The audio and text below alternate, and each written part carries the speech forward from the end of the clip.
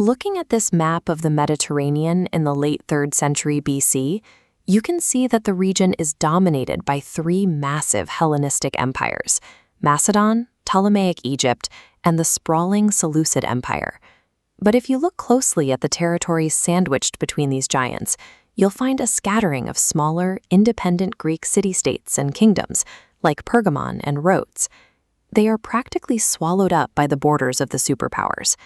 Instead of banding together to secure their borders against these massive empires, these smaller Greek states spent their energy constantly fighting each other. They formed fragile, overlapping political leagues and routinely looked outward for larger protectors to settle their local rivalries. By 200 BC, the aggressive expansion of Macedon in the Aegean, combined with the Seleucid Empire creeping toward Europe, terrified these smaller Greek states. They realized their local alliances wouldn't be enough to survive. In a panic, diplomats from states like Pergamon and Rhodes looked west. They formally invited the Roman Republic, a rising, heavily militarized power that had just defeated Carthage in the Second Punic War, to cross the Adriatic and intervene in Greek affairs. Rome was intensely paranoid about rival superpowers and eager to punish Macedon for previously aligning with Carthage. The Senate gladly accepted the invitation. By asking for help, the Greeks had effectively opened the front door of the Hellenistic world, inviting the Romans right inside. Notice on this historical map how Macedon is positioned directly against regions like Aetolia and Epirus. Rome used this geography to their advantage. They allied with the local Aetolian League, using Greek manpower to squeeze King Philip V of Macedon and force him into a decisive clash at the Battle of Cynoscephalae in 197 BC. This stone relief shows the traditional Macedonian phalanx, a dense block of soldiers wielding long, interlocking pikes called sarissas. While highly lethal on flat ground, it was incredibly rigid and inflexible. The Roman commanders exploited this. Their legions operated in smaller, flexible tactical units called maniples, which allowed them to slip into the gaps of the phalanx on uneven terrain and chew the formation apart from the inside. Following the victory, Roman General Flamininus attended the Isthmian Games and made a sweeping declaration. Rome was leaving the Greeks ungarrisoned, untaxed, and entirely free from Macedonian rule. The city-states erupted in celebration. The celebration was premature. In the Roman diplomatic dictionary, declaring a state a friend or ally didn't mean a partnership of equals. It was a de facto condition of turning them into an informal, subordinate client state. The Greeks had merely traded a Macedonian overlord for a Roman one. The Aetolian League soon realized this.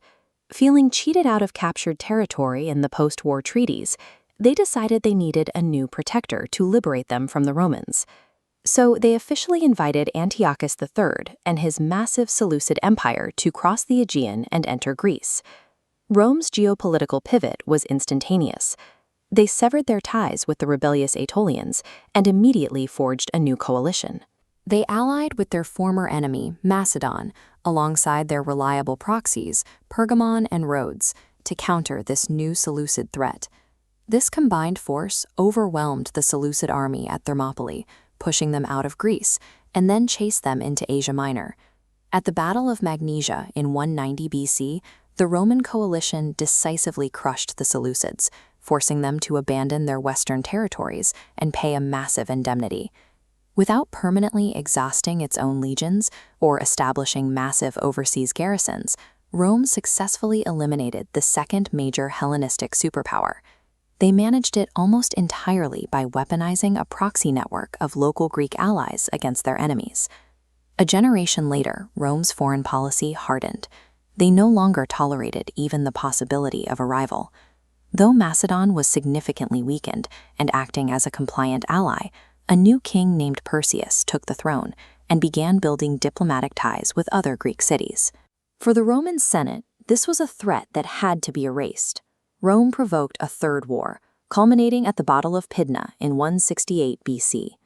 Once again, the flexibility of the Roman legion tore through the rigid Macedonian pike blocks on broken ground. It was an absolute slaughter. 20,000 Antigona troops were killed, and the military legacy of Alexander the Great's phalanx was buried for good. The political execution of Macedon followed swiftly. Rome abolished the ancient Antigonid monarchy entirely. They fractured the kingdom into 4 isolated, economically crippled puppet republics. The regions were banned from trading, banned from intermarrying, or mining gold and silver. Rome had now systematically wiped out every major rival Hellenistic empire. By carefully manipulating the internal fractures of the Greek world, the Republic dismantled the heavyweights of the Mediterranean, one by one. By 146 BC, the geopolitical chessboard was entirely cleared. With Macedon dissolved and the Seleucids pushed out of the picture, Rome no longer had any strategic use for the smaller Greek leagues that had originally invited them in for protection. The Achaean League finally realized they had spent the last 50 years building their own cage.